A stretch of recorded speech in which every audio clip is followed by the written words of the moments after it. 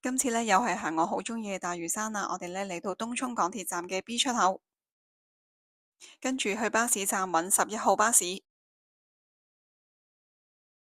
搭到去石壁水塘落車，然後咧過對面，沿住咧嶼南道行返轉頭，行大概5分鐘咧就會見到一個涼亭，跟住我哋就轉入去，經過車閘一路直行，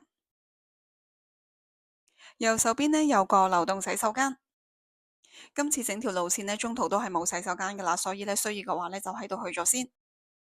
左手邊呢係引水道，我哋就會過橋，之後呢，清晰見到石壁郊遊徑嘅牌，沿住郊遊徑一路行，咁呢，就見到地上面有好多松果。初段嘅路呢係平路嚟嘅，兩旁呢會有樹蔭，之後呢會上一段嘅石級。呢度呢係曾經呢叫做貝納祺徑。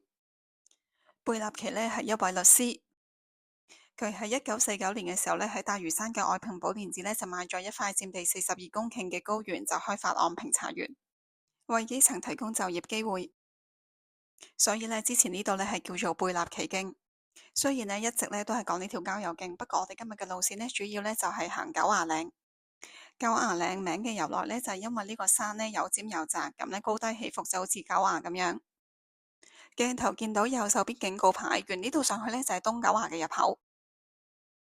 狗牙嶺呢，一共咧係有3條路線，分別咧就係啱啱見到嘅東狗牙，跟住咧就有中狗牙同埋西狗牙。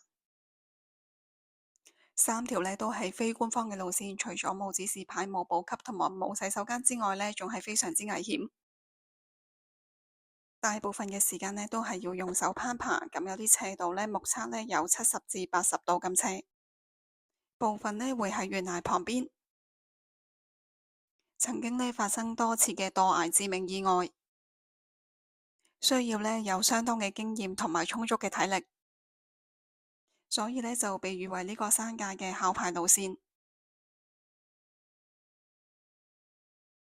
大概呢行45分鐘就會見到 C1506 呢一個標距處，向前行呢就會係石壁郊遊徑，但係向右手邊上呢就會係西狗牙嘅入口。呢個入口呢相當明顯，咁清楚呢見到2個危險嘅警告牌。咁呢今日天氣好好，都幾多人挑戰呢條路線。鏡頭見到呢，大家開始爬上去啦。咁初段呢度呢就比較簡單啲，啲石呢都好大嚿。有啲熱心嘅行山人士呢就整咗一啲嘅爆炸螺絲，大概呢係想加一啲繩或者係鐵鏈呢去幫助行山人士上去。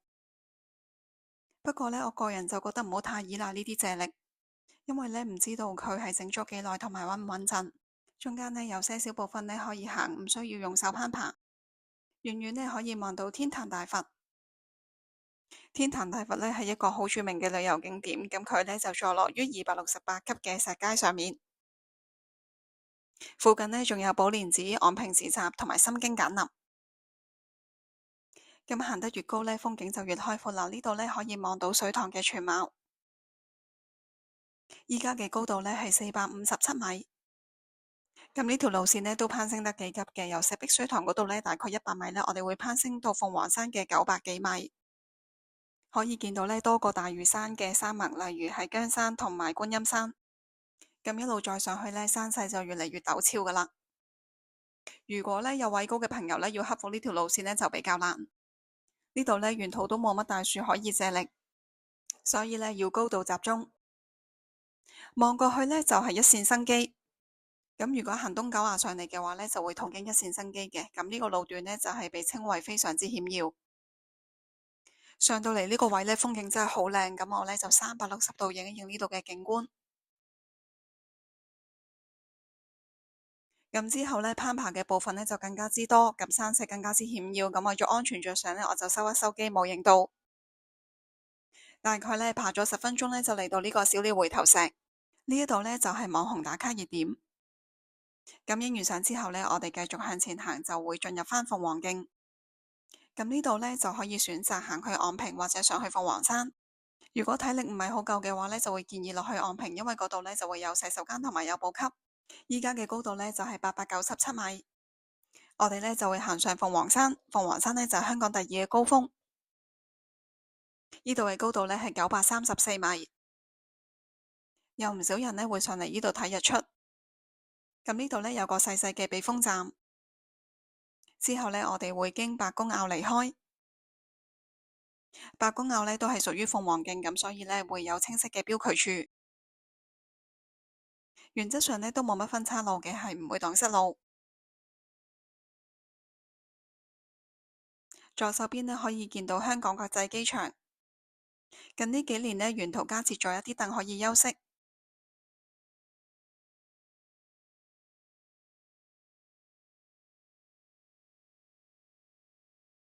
右手邊呢係一片嘅海景。總結返呢今日嘅路線，我哋會先行石壁郊遊徑，中途呢就上去西九牙，然後會去小鳥回頭，跟住呢就上鳳凰山，再由白公坳離開。需時呢大概係5個半鐘。行到咁上下呢，仲有觀景台同埋涼亭。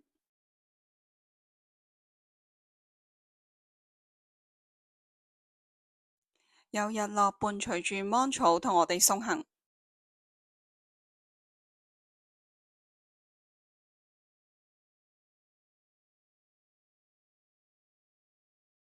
再落去呢，會見到有分岔路，咁我哋就唔會過右手邊嘅水口，我哋會沿左邊落去白公坳。沿途呢，再有休息嘅地點。呢個時候呢，已經可以聽到車聲。一路呢，沿住白公坳嘅指示牌，轉右手邊呢係郊遊徑，咁但係我哋就係直落嘅。再落去呢，見到好似係起緊個洗手間。咁出返嚟馬路呢，有多架巴士可以返出去東涌。咁今條影片嘅分享就嚟到呢度啦，我哋下條片再見。